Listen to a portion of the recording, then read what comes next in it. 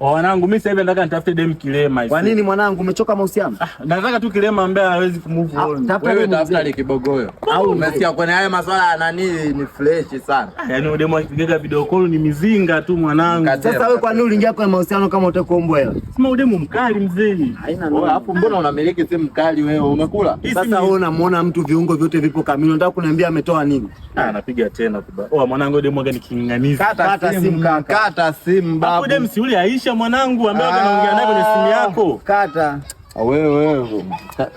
Mwanangu mimi sasa hivi sina hela. Nani tena? Wewe ndio huyu demu wako. Ndio wewe mwisho 62. Ndio ulimpa katembo akufundisha kutongoza. Mpokelee huko, mpokelee. Sasa mwanangu nitampokeaje mimi sina kitu mzee.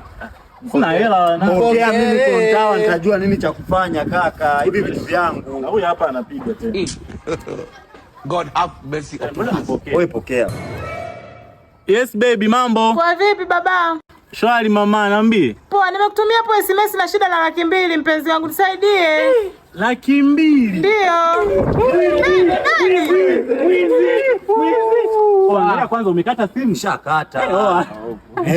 Umecheza kama mimi mambo yangu haya baba. Mwanangu umetisha. Wewe tuambie tu ukweli. Hizi sio kipati, wewe ni mwizi. Wewe ni mwizi kweli mimi?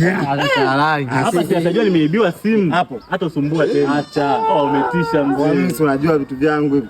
Okay. Atakuwa ndo yeye huyo. Sasa huzuni sasa au sio? Haina noma. Yes baby. Baba. Shida nini? Baby nimeibiwa simu. Pole mpenzi wangu, pole. Sasa hii namba ndio inapokea muamala, nitumie kwenye hii namba. Akula bumbe. Unasema? Nitumie kwenye hii namba ndio inapokea muamala. Babaki.